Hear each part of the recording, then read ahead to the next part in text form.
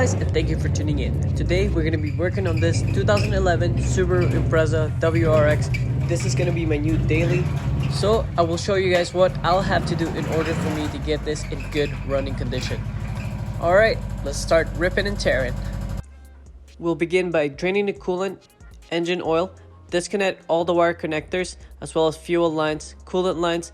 Then we'll remove all the accessories that's mounted on the engine. Once we're done that, the engine is ready to come out. Once the engine is out, let's put it on the stand so we can work on it. Then let's park this car out so we have more room to work on.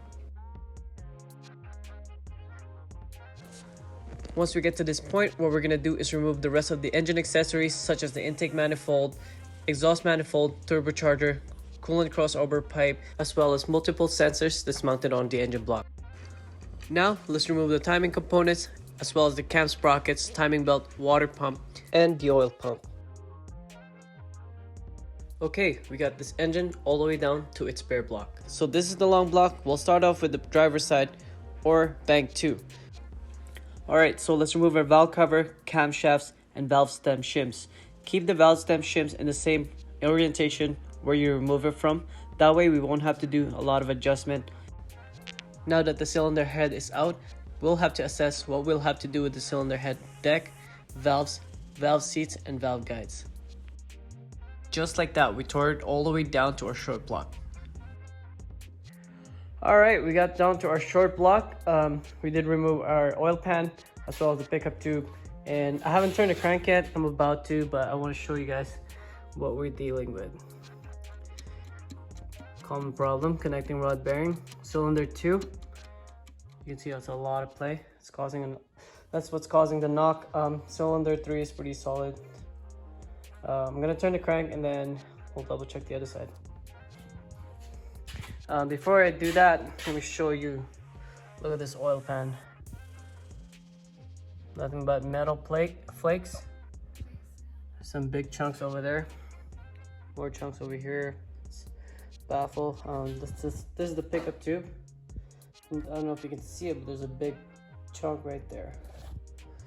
So hopefully the crank is salvageable and then we'll go from there. We gotta tear the short block apart and we will see. Alright, so let's get all the way down to its bare bone. What we're gonna have to do is remove the wrist pin that connects our connecting rod as well as the pistons. Once we have done that, we can split the engine block apart, remove the connecting rods off of the crank and the pistons off of the engine block, and then we will inspect and assess what we're gonna have to replace. And there it is, we got all the way down to our crankshaft. We have to split the engine block apart in order to get access. Let's look at the condition of this block.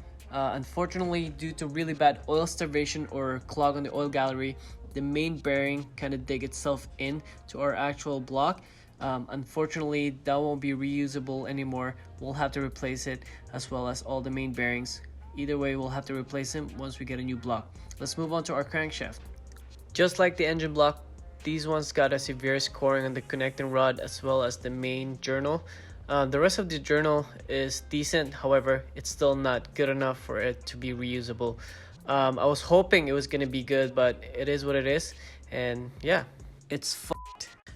Connecting rods, they're not so bad. However, this connecting rod bearings, as you guys can see, it's completely flattened out compared to our cylinder or connecting rod number 3.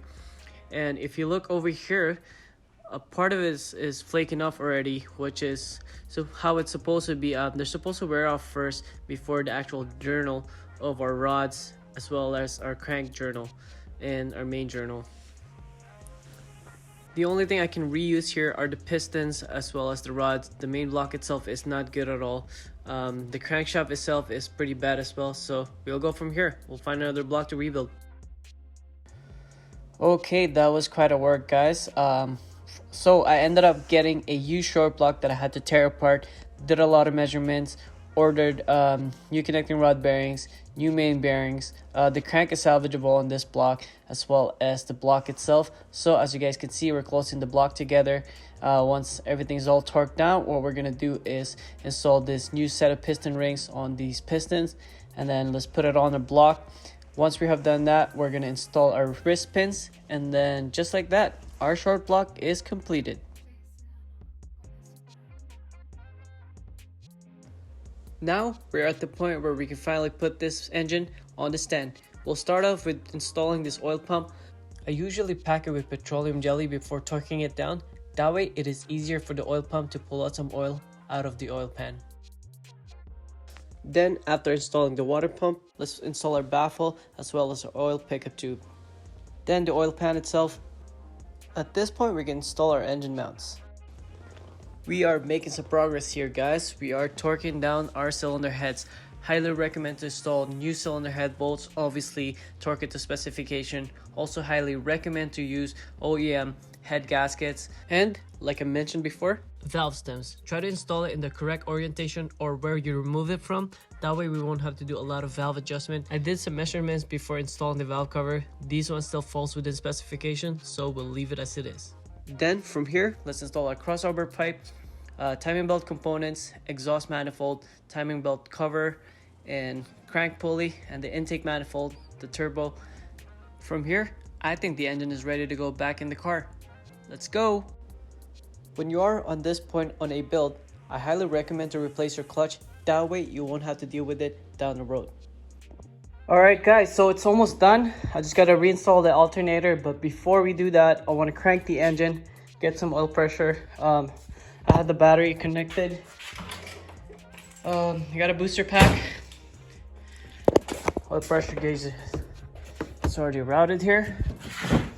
Wish me luck, guys. I'm pretty scared yet excited, so let's see. This clutch feels weird. I'm gonna try and prop it here. Alright, let's crank this bad boy.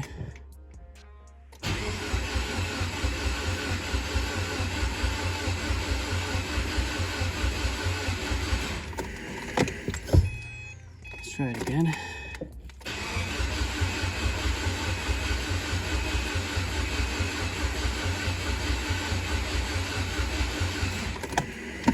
One more. It usually takes about 3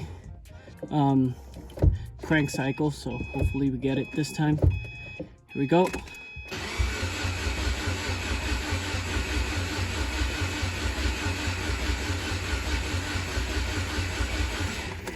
Oh, one more.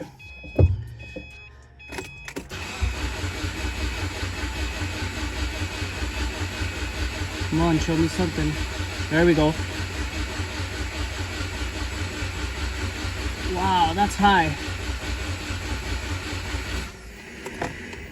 50 psi. That's only cranking pressure. That's pretty good. So let's try and start it. I can only start for a few seconds because I don't have a coolant yet. So give me a second. Oh, I'm pretty excited. Put the fuel pump fuse in. I'm really excited. Let's put this back in. It's been a while, so hopefully this is it. Here we go. So I'm gonna prime it first.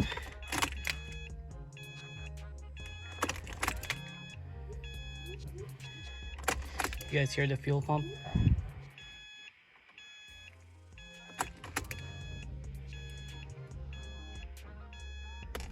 Here we go. Are you guys ready? I'm nervous.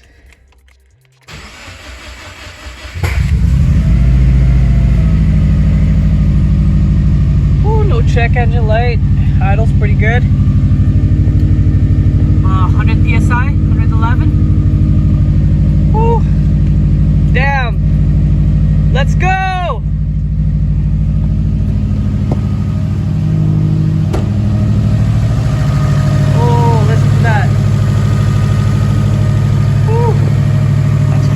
Right there, boys.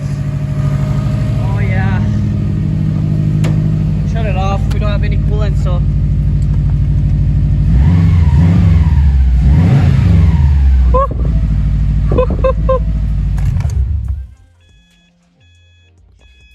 There you have it, boys. I am pretty stoked.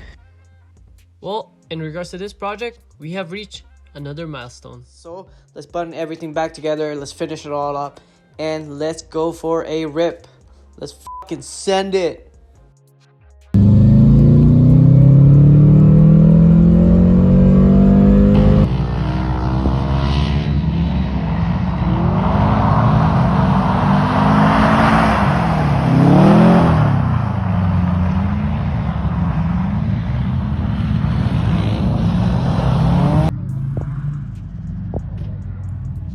Well, there you have it. Thank you guys so much for sticking around throughout this whole video. I hope you guys enjoyed it.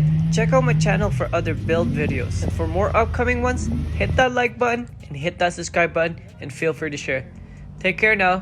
Bye.